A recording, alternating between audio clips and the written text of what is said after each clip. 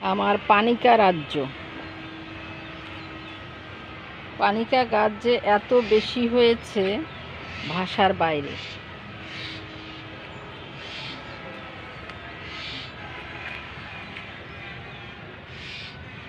পানিকা গাছের পাতাগুলো অনেক ছোট ছোট, তবে সুন্দর সুসজ্জিত। ফুলগুলিও অনেক সুন্দর, ছোট কিন্তু দেখতে অনেক সুন্দর। এই গাছটি ডাল থেকে বিস্তার লাভ করে এবং বীজ পড়ে বিস্তার লাভ করে। বীজ পড়ে গাছটি যে কত বেশি হয়েছে এটা আর বলার অপেক্ষা রাখে না।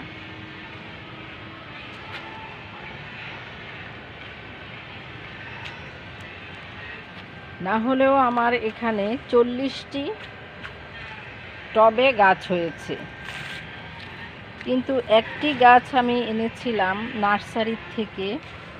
সেই গাছটি হচ্ছে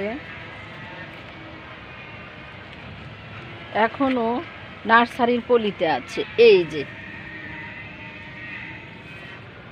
আর এই বীজ পড়ে পড়ে এত বিস্তার লাভ করেছে যে আমাকে 2 ঘন্টা খুঁজে খুঁজে সবগুলি গাছ একসাথে করতে হয়েছে।